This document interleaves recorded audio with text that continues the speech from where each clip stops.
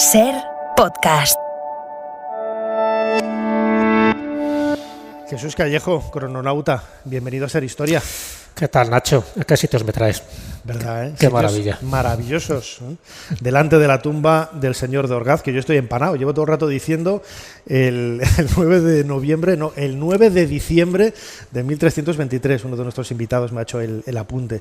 Yo le veía que cuando yo hablaba me miraba y le voy a tomar nota en un papel y le decía a Jesús, básale solo a ese mendrugo que no se entera de lo que dice. Pero bueno, 9 de diciembre de 1323, 700 años de la muerte y del entierro en esta iglesia de Santo Tomé del señor de Orgaz, que no del conde, ¿verdad? Exactamente, sí. Cuando se produce el óbito y el enterramiento, él era señor. El condado se obtiene posteriormente, ya es con Carlos V, y nos tendríamos ya que ir al siglo XVI. Y por eso el cuadro original, realmente el nombre es el entierro del señor de Orgaz. Luego, por extensión, a partir sobre todo de la pintura del Greco, pues bueno, se fue diciendo que era el conde de Orgaz porque ya era un condado, ¿no? Sobre todo ese linaje. Pero fíjate que estamos en un lugar donde, primero, hay uno de los cuadros más representativos de la pintura española. Si tiramos una encuesta y preguntáramos a la gente que nos dijera 3 o 5 cuadros conocidos, aparte de las Meninas, seguro que el entierro del señor de Orgaz entraría. Luego, en el sitio donde estamos, y esto es lo curioso, porque estamos hablando de dos personajes trascendentales. Por una parte, el señor de Orgaz, en el siglo XIV, y por otra parte, el Greco, que es el que pinta una escena, por cierto, una escena milagrosa. No solo es un entierro, sino un acontecimiento que forma parte de la leyenda y que ahora contaremos. Y sobre todo porque aquí siempre estuvo el sepulcro del señor de Orgaz. Aquí siempre estuvo el sepulcro de Gonzalo Ruiz de Toledo. Y era una especie como de leyenda urbana, que en fin, había un rumor que posiblemente estuviera aquí enterrado.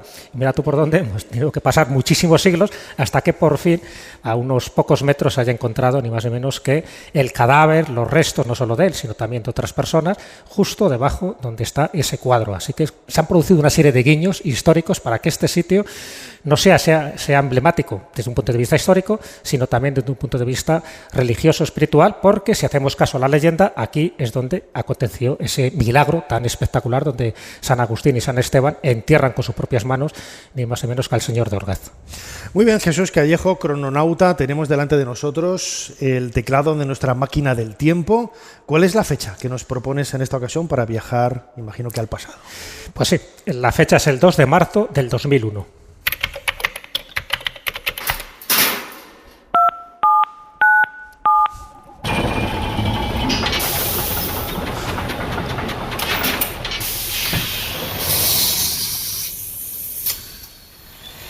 Adelante, pasen. Jesús Callejo les está esperando junto al cronovisor.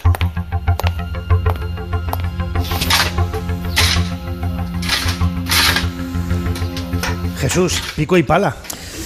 Pico y pala, efectivamente. Justo. No me has llevado muy atrás en el tiempo. No, el 2001. Se ve perfectamente dónde estamos. Casi no nos hemos tenido ni que cambiar de ropa, ¿eh? No, para nada, solo tenemos que mirar para atrás. Desde luego. Tenemos la tumba detrás y también tenemos el cuadro. Claro, había dos fechas probables. Una era, en fin, el entierro del señor de Orgaz, pero era como demasiado evidente.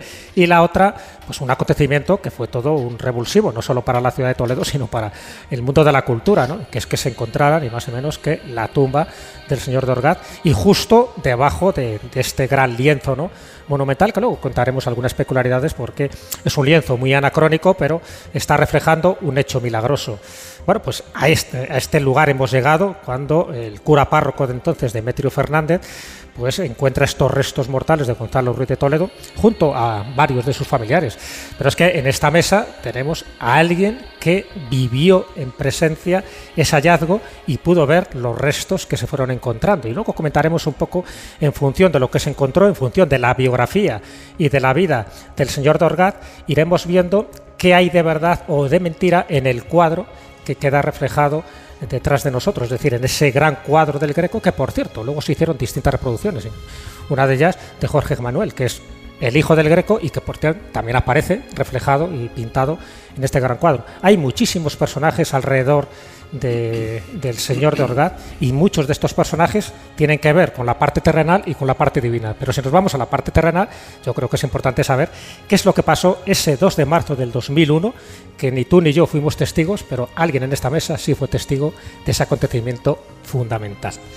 Desde luego, queríamos invitar a este cronovisor a un buen amigo, un fiel seguidor de Ser Historia. Le hacía muchísima ilusión montarse en este cronovisor para viajar en el tiempo al pasado, poquitos años, apenas 2 décadas. Él es Anastasio Gómez, gerente de la parroquia, y yo lo presentaría como testigo, ¿no? Porque Anastasio, bienvenido a Ser Historia. Bien hallado. Tú estabas precisamente cuando esa pala, ese pico, dio con la losa del señor de Orgaz.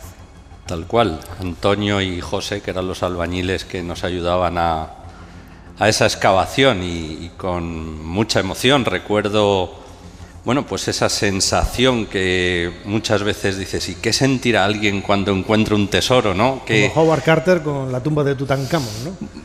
Bueno, seguramente Howard Carter quería encontrar lo que encontró, pero nosotros, yo por lo menos en aquella época, no era muy consciente de quién era don Gonzalo. Sí sabía que, bueno, pues era ese personaje que veíamos a diario y que formaba parte de nuestra vida y que el Greco inmortaliza y que hizo tanto bien por tanta gente, pero tener esa sensación fue muy especial, el encontrar, el dar, el que no hubiese tierra, que no hubiese pequeños restos y que hubiese algo sólido, ¿no?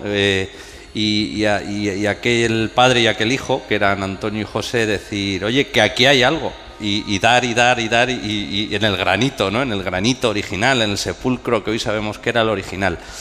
Y de verdad que fue muy emocionante, quizás sin saber mucho, porque, bueno, pues y descubriendo en aquella época, ¿no? Yo con 26 años, descubriendo en aquella época, pues todo lo que encerraba este suelo, ¿no? Fue muy bonito, ciertamente fue impresionantemente emocionante. Me lo puedo imaginar, ¿no? El hecho de estar siendo protagonista, en definitiva, de la historia no solamente de Toledo, de la historia de esta parroquia.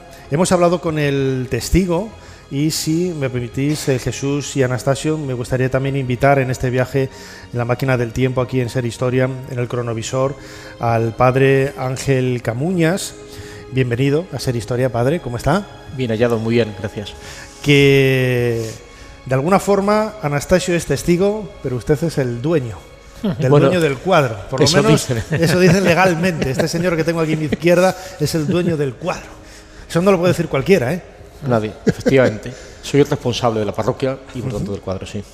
La historia, imagino que de la parroquia de Santo Tomé, desde prácticamente, ¿no? Desde el Renacimiento, con el cuadro del Greco, gira, ¿no? Alrededor de esta obra maravillosa de arte que tenemos a nuestra espalda. Pero también en sí misma la iglesia es un edificio espectacular, ¿no? Sí, la iglesia es la primera parroquia que se constituye después de la Reconquista. Al llegar aquí los cristianos, el rey la hace parroquia inmediatamente, pasa por distintos avatares hasta llegar al momento actual que vemos, distintas reformas ha tenido. Y la persona más importante fue don Gonzalo, quien mejor trató y trabajó en la parroquia en aquel momento fue don Gonzalo, que la amplió, hizo estas capillas en donde estamos actualmente y la dotó de recursos y medios para que pudiera ser el lugar de culto propio a los cristianos, distinguiendo un poco de esa presencia que había de judíos y musulmanes. Bueno, pues quería una parroquia dedicada al cristianismo y que se notara que era parroquia cristiana. Entonces, aparte, hay distintos momentos de excavaciones que se han descubierto presencia anterior, pero bueno, don Gonzalo quizás es el momento más importante para nuestra parroquia. Además, el señor de Orgaz pasa a la historia, quizás no tanto por sus logros militares, por sus audacias en construir palacios, etcétera, sino por su lado más humano, ¿no? El querer ayudar a los pobres. Incluso cuéntenos, porque el sitio donde está el enterrado, que normalmente podríamos esperar que fuera o a la cabecera de la iglesia o la catedral, no, es el lugar más humilde de la iglesia, nada más entrar a la derecha, en una capilla que él mandó hacer en el lado de la epístola, lejos, ¿no?, de cualquier boato y de cualquier alarac. Efectivamente, él no quería ser enterrado en el lugar principal de la iglesia, como hacían los señores en aquel momento, sino en la parte más pobre de la iglesia, más humilde, quizá entre comillas más oculta, que era la capilla de Concepción, que es la que tenemos ahora aquí detrás, en donde está el cuadro, y que quería que pasara desapercibida para la gente. Es decir, era un lugar donde él quería manifestar, porque al final su preocupación principal fueron los pobres, fue ser leal en su labor como ciudadano y como responsable de la cosa pública y atender a los más pobres de la sociedad. Y quería pues eso, que su memoria fuera los pobres más que la parte más humana. Luego, dos siglos después, 2 y medio, un párroco hizo el cuadro, pero hasta entonces su memoria permanecía por el bien que había hecho. Sí, por eso se da esa paradoja. Yo contaba un poco los anacronismos que tiene el cuadro del Greco, porque siendo una persona, en fin, con multitud de cargos, fue también, entre muchas cosas, el alcalde de Toledo en aquella época, y fue sobre todo eso, una persona piadosa que hizo muchos donativos, construyó también bastantes conventos, y evidentemente cuando él fue enterrado, tuvo que ser enterrado pues, con un hábito o con una mortaja, pero nunca con una armadura de acero bruñido. Entonces, esa paradoja siempre me ha llamado la atención, porque posiblemente él en vida nunca hubiera aceptado que se hubiera retratado de esta forma tan pomposa. Es verdad que está rodeado de los grandes principales del momento, con caras todas del siglo XVI, ninguna del siglo XIV, pero el que se ha enterrado con una armadura, te pregunto a ti, Anastasio, ¿eso era para realzar un poco el poderío que tenía el señor de Orgaz, o sencillamente es otro anacronismo de los muchos que le gustaba hacer al Greco, que añadía y quitaba cosas a su antojo con independencia de que tuviera que ver con la época? Ya nos hubiese gustado encontrar la armadura, cuando sería imposible, esto, entiendo, ¿no? Yo. Pero era del todo punto imposible, claro, ciertamente. Imposible. Esta armadura, bueno, pues sabemos que quizá el Greco la toma de Tiziano, ¿no? De este cuadro tan maravilloso del rey montado a caballo, y que se parece mucho, y luego, bueno, pues el Greco hace un alarde absolutamente precioso al reflejar la cara de San Esteban en esa armadura, en este cuadro. Y bueno, pues utiliza eso, bueno, pues ese atrezzo para definir a don Gonzalo en este momento, pero con toda seguridad es un anacronismo. Otro de los datos importantes, claro, estamos hablando de una persona que es enterrada en 1323, y la leyenda, lo que se cuenta, y por eso tuvo pues un halo de santidad desde el mismo momento de su muerte. De hecho, creo que su tumba ya era un lugar de peregrinaje, pensando que como hombre santo pues te podías un poco beneficiar de sus virtudes por el mero hecho de rezar o de tocar su tumba, ¿no? Pero lo que cuenta la leyenda y lo que refleja el entierro del señor de Orgaz es un milagro donde dice que en ese momento, justo en ese momento, ni más ni menos que San Esteban, que es el primer mártir de la Iglesia, y luego San Agustín con su mitra, en fin, no con el báculo pero sí con la capa, son ellos mismos los que entierran y depositan su cadáver en el sepulcro con una frase, ¿no?, donde una voz en el cielo dice: tal galardón recibe quien a Dios y a sus santos sirve. En fin, yo no sé, don Ángel, hasta qué punto es creíble o no es creíble esta leyenda. Nos gustaría, porque en el fondo lo que se está reflejando es esto, no es un entierro tal cual, sino el hecho milagroso que rodea ese entierro. Bueno, además, permítame, Jesús, sí, don Ángel, hay un proceso, un proyecto de canonizar, ¿no?, al señor de Orgaz. Nosotros creemos, y la parroquia piensa, que el señor de Orgaz siempre ha sido venerado como santo, como un hombre santo, piadoso, en la Iglesia. Así lo recoge el hecho del cuadro. 2 siglos después sigue viva esa leyenda, que decimos para otros un milagro reconocido por la Iglesia, porque varias veces se intentó cambiar su cadáver, sus restos, a la parte central de la Iglesia, y los diversos arzobispos dijeron que no se movieran con manos humanas lo que manos del cielo habían depositado aquí, y por tanto de esa manera confirmaban el hecho de la santidad de don Gonzalo. Y también cuando se pide permiso, el párroco pide permiso para hacer el cuadro, también el arzobispo, el cardenal, da permiso para que se haga el cuadro, y reconociendo el milagro. Por tanto, cuando se permite que se haga el cuadro para veneración, recuerdo y memoria, se está reconociendo de alguna manera históricamente este milagro, que cuenta que cuando se termina esta capilla y su cadáver se traslada aquí, estos 2 santos bajan directamente a enterrar, pues para recordar toda esa obra de beneficencia que el señor de Orgaz había hecho. Y nuestro proyecto, nuestro deseo es que esto se pueda algún día reconocer por la Iglesia como un hombre de Dios en medio de una sociedad muy complicada. Quien estudia la historia del siglo XIV y estudia nuestra historia, pues damos cuenta que hay mucha diferencia. Al final la historia se repite de una otra forma, y fue un hombre que supo ser leal a la corona en aquel momento, leal a su ciudad y leal a la gente. Entonces, bueno, me parece que esa lealtad que él tuvo y esa actitud de servicio puede ser importante recuperar en el momento actual, en un momento en el que hay muchas tensiones. Bueno, pues intento ser un hombre pacificador, me parece que es importante. Sí, yo creo que así queda reflejado. Es verdad que él estuvo en esa época, ¿no?, entre Sancho el Fuerte y luego también con Fernando IV el Emplazado. Claro. fueron unas épocas convulsas en aquella época.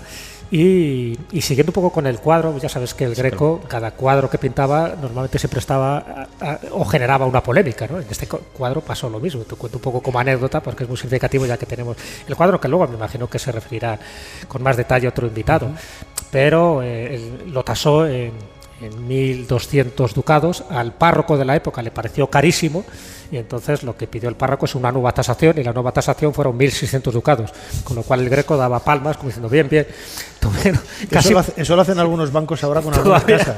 Pero al final tuvieron que regatear, y para no entrar en pleitos y sobre todo para no demorar pues todo lo que es la realización del cuadro, que al final se termina en 1588, que por cierto, en uno de los pañuelos que sale del bolsillo de Jorge Manuel, el hijo del Greco, aparece la firma del Greco y aparece también la fecha. Bueno, pues al final se acordó que fueran esos 1.200 ducados, pero prácticamente cada cuadro que pintaba iba de pleito en pleito, o bien por la tasación o bien porque no acaba de incrustar estas figuras alargadas.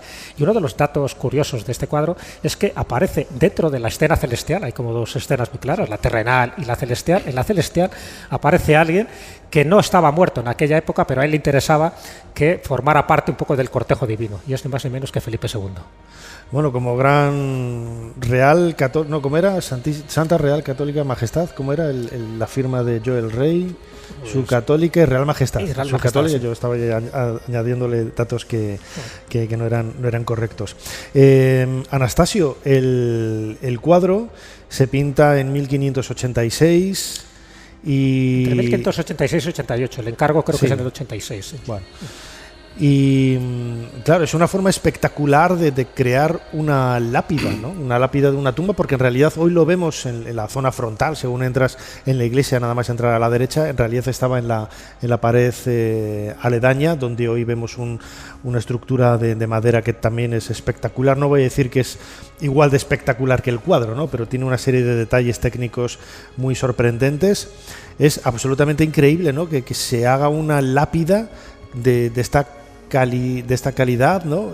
Por uno de los grandes artistas del Renacimiento, cuando ya el Greco era un artista reconocido. Por eso valía tanto el póster que se hizo, el casi podemos decir, ¿no? El que era entonces el conde, ¿no? Bueno, pues una genialidad, porque esto es algo que bueno, pues es una capilla funeraria y es un lugar donde en 1975, que es cuando se traslada el cuadro tal y como lo vemos ahora, de una pared a otra, literalmente separada por unos 60 centímetros, en 1975 no se sabía realmente que esta tumba estaba aquí. Entonces, bueno, ahora cuando lo vemos, pues casi parece que los santos, que San Agustín y San Esteban, le van a poner tal cual, ¿eh? O sea, tiene mucho sentido estético, geográfico, geométrico, pero realmente, bueno, pues es la cabecera. ¿No hay constancia a lo mejor de que donde está ahora el cuadro en origen estuviera ahí? Y que en algún momento en el siglo XVII, XVIII se cambiara a esta pared y ahora lo hemos vuelto a poner en el lugar original, porque precisamente por lo que dices, no tiene más sentido la ubicación que tiene ahora, que parece que están dejando yacer el cadáver encima de la tumba. Todas las personas que nos están viendo ahora aquí en el programa, lo están viendo en directo, es como si estuviéramos proyectando una diapositiva maravillosa, ¿no? Una filmina, ¿no? Que decían en los colegios de monjas cuando éramos pequeños, ¿no? Y es asombroso, ¿no? Porque precisamente la forma en la que están dejando el cadáver de don Gonzalo coincide exactamente con la ubicación de la tumba.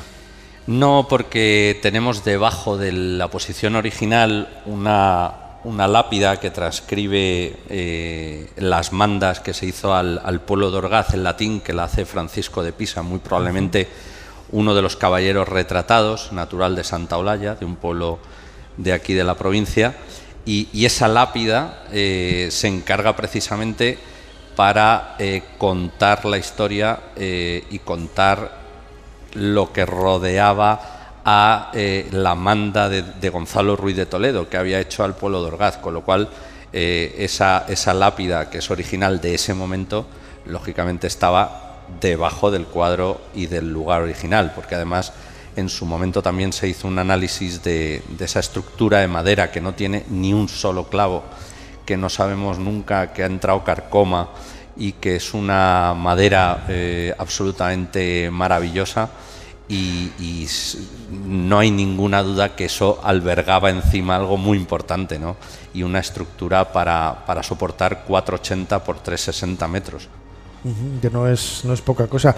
Don Ángel, la figura del señor de Orgaz es muy conocida, ¿no? En Toledo, sobre todo, a través del cuadro, también es una figura universal, pero fuera de Toledo quizás no es muy conocida, ¿no? Ese aspecto más humano, más dedicado, ¿no? a la gente de la calle, a la gente pobre. ¿Cómo ven en Toledo a esta persona que, permítame la expresión, han pasado 700 años ya, pero es como si fuera un poco nuestro propio abuelo, ¿no? Si yo fuera toledano podría decir eso, ¿no? Que todos lo veis como si fuera vuestro propio abuelo. Es un personaje casi entrañable, ¿no? Bueno, pues en la medida en que he ido conociendo más al señor de Orgaz desde que llevo en Toledo y en la parroquia, pues quizá te enamoras más de la persona, ¿no? Porque era una persona, como os decía antes, una persona leal, no una persona, le preocupaba la vida social de la ciudad, la gente más pobre, más débil, y no intentaba, me parece que actuaba con justicia, en el sentido de justicia, buscando la equidad y buscando la igualdad, que hoy a lo mejor entonces no lo llamaban de esta manera, pero buscaba por ahí. Y todo esto lo hacía por un motivo profundo, le salía del corazón por su fe. Me parece que la fe fue lo que le movió a actuar de esta manera. Y yo creo que esa parte es una parte desconocida del señor de Orgaz, porque la gente viene, cuenta el milagro. A veces contamos lo de los pleitos con el Greco, entre el párroco y el Greco, los pleitos del párroco con toda la chicha, con ¿no? la parroquia de Orgaz, la prensa rosa, cosas, ¿no? Todo lo rosa, pero al final falta un poco la mirada a la persona, ¿no? Es decir, yo creo que cuando se rescata su sepulcro aquí, ver el sepulcro, ver la persona y ver la imagen tal como está actualmente, te ayuda a entender mejor quién era este hombre. Era un hombre de Dios que en un momento concreto de nuestra historia está en nuestra ciudad, la gobierna y abre un poco la mirada de nuestra ciudad, pues en ese momento de encuentro entre culturas, a un encuentro real, no simplemente decir estamos juntos, sino vamos a encontrarnos y a compartir la vida. Yo creo que esta iglesia, Santo Tomé, y por supuesto este cuadro, yo creo que da suerte, ¿no? Porque cuando hablamos del momento del hallazgo en el 2001, el que por entonces era el párroco de Demetrio Fernández, ahora es el obispo de Córdoba, con lo cual don Ángel le auguro un buen futuro, porque parece que este sitio no creo, no se le va. No, eso no creo. Y por otra parte, Anastasio, te quería preguntar algo que es evidente, ¿no? Estando tú como estabas en el momento de ese hallazgo, ¿qué cosas son las que se encuentran allí? Es decir, me imagino que restos de ropa, huesos desperdigados, no sé si algún elemento personal, tanto de Gonzalo como de la familia. Es decir, aparte de todo eso, que parece que fue un batiburrillo, ¿no? Porque creo que la tumba había sido profanada, es decir, no se encuentra intacta, pero exactamente qué es lo que se encuentra ese 2 de marzo del 2001 que identifique claramente que correspondía a don Gonzalo. Te cuento la verdad. Cuéntame la verdad, por supuesto. Apareció el DNI. Apareció su foto. No. Vamos a ver, había varios cuerpos. Sí. Esto luego se ha corroborado con un informe de los anatomopatólogos del Instituto Anatómico Forense de Madrid, que allí se llevaron los restos, se analizaron y luego, bueno, pues esos restos se clasificaron. Está en una urna muy cerquita del sepulcro, aquí mismo, donde estamos. Tierra, el sepulcro tal cual, un sepulcro que como he dicho antes, claramente se ve que no es un sepulcro humilde, eso es cierto, de una sola pieza de granito, y luego la tapa de arriba, permitidme que lo diga así, rota y el interior lleno de tierra. Entonces todo esto tenía, además de huesos, unos fragmentos que sí nos llamaron la atención, que eran unos fragmentos parecidos a yeso y que estaban pintados. Entonces todas estas piezas estaban desperdigadas, no tenían mucho sentido y poco más. No había ropas, no había herrajes, no se encontraron monedas, no se encontraron, vamos a decir, nada que yo hoy pueda decir. La armadura. Que constituye un gran tesoro, ¿no? Por lo que estás diciendo, ¿podemos especular que esos fragmentos con pintura podrían corresponder al Greco? Se puede especular, pero ahora esos restos deberían estar guardados en el Museo de Santa Cruz, porque así lo dice la normativa de esta comunidad autónoma, y esos restos que se encuentran, vamos a decir, extemporáneos, bueno, pues allí deben estar guardados. Yo no lo sé, porque, a ver, historiador no soy, ¿no? Y no me atrevo yo a sería un decirlo. bombazo, ¿no? Imagínate. Pero pudiera ser. Porque bueno, la tumba, vamos a dejarlo ahí, pudiera ser. Que la tumba había sido saqueada. Claro. ¿no? Se encontró que había sido saqueada o por lo menos removida. No estaba. Más que removida, estaba reventada en la parte de arriba, ¿no? Y llena de tierra y demás. Bueno, ¿A qué distancia del echadizos. Suelo? ¿A qué distancia del suelo actual estaba? Bueno, lo podemos ver ahora, calculemos que unos 70 centímetros, no creo que llegue al metro, sí, una cosa así. Ahí era donde estaba el suelo que luego los arqueólogos saben que ahí salían, ¿no? O sea que, bueno, era la cota que se preveía para ese periodo de la historia en la ciudad. Y ya que estamos hablando de tumbas, como sabéis, en el cronovisor siempre nos gusta meter una parte también de misterio, ¿no? en la zona o en la época histórica en la que vamos. Y si hablamos de tumbas, estamos hablando también de la tumba del Greco. Como bien sabéis, y esta es una pregunta que va para los dos, él muere en 1614, se la entierra originalmente en la cripta de la iglesia del monasterio de Santo Domingo el Antiguo, pero, en fin, Tampoco el hijo... se sabe, ¿eh? Bueno, Tampoco se sabe. Parece que por ahí van los tiros, ¿no? Parece. El hecho es que el hijo, y además hizo una buena comanda, ¿no? Tanto de dinero como incluso encomendar un cuadro específicamente para este convento. Pero bueno, con independencia, yo hablo de la versión oficial, con independencia de que sigan ahí o no sigan los restos, es cierto que luego el hijo, unos 4 años después, considera que hay que sacarlo de allí porque no se llega a un acuerdo, ¿no? Con las monjitas del monasterio de Santo Domingo el Antiguo, y se le lleva a la iglesia de Santo Torcuato, y esa iglesia al final es destruida en el siglo XIX. Y ahí está un poco la polémica, es decir, los restos del Greco siguen en Santo Domingo el Antiguo. Por supuesto, en Santo Torcuato no, porque desapareció, pero a lo mejor fueron extraídos y llevados a otra parte. No sé, ¿qué pensáis vosotros? Porque para mí el encontrar los restos de personas ilustres, y más de aquella época, donde parece que por una especie de guiño del destino, los de Lope de Vega, en fin, los de Cervantes, los de Velázquez, pues tienden a desaparecer, pues me gustaría saber dónde están los del Greco. Yo con una certeza doy paso al párroco y que él se moje. A ver, don Ángel. Hay una certeza, y es que el certificado de defunción está en el archivo de esta parroquia. Eso es una certeza. O sea, ¿tú crees que estarían aquí? Eso es una certeza. El párroco que especule. No, yo no especulo nada. Don Ángel, ¿dónde está sentado usted? Lo mismo lo tiene debajo. Oye, no creo. Sería un hallazgo estupendo, ¿no? Encontrar a los huesos del Greco. No creo, no sabemos dónde está realmente. Es decir, tradicionalmente se dice que está en las monjas de Santo Domingo. Aunque ya saben, tú lo has dicho, toda la polémica que hay en torno a los restos, no sabemos dónde está. La certeza es la que tenemos, que la partida de función sí está con nosotros, está aquí en esta parroquia y aquí la guardamos.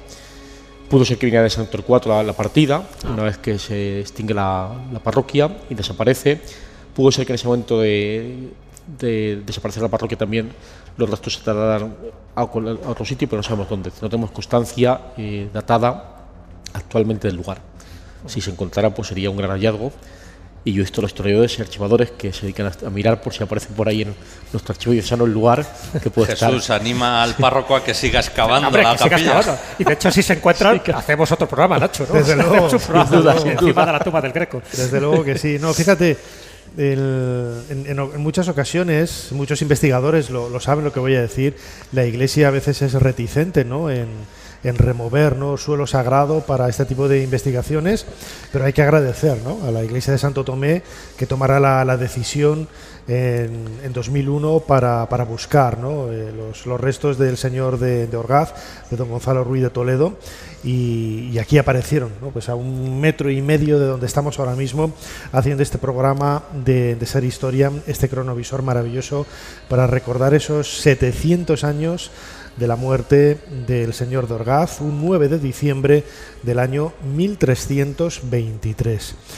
Pues no me queda más que dar las gracias al padre don Ángel Camuñas, al testigo Anastasio Gómez, que es gerente de la parroquia. Muchísimas gracias a los dos. por habernos ayudado a hacer un poquito más de historia. Gracias. Muchas gracias a vosotros. Y Jesús Callejo, crononauta, como siempre, un placer. Vamos de marco incomparable a marco incomparable. O sea, así que lo cae dentro del marco, que es el cuadro, ni te cuento. Ya te digo, desde luego. Como siempre, muchísimas gracias una vez más por habernos ayudado a hacer un poquito más de historia. Muchísimas gracias a ti y a toda la gente que está presente aquí, que ha sido testigo también de un momento maravilloso e histórico. Gracias. Muchísimas gracias. Suscríbete a Ser Historia.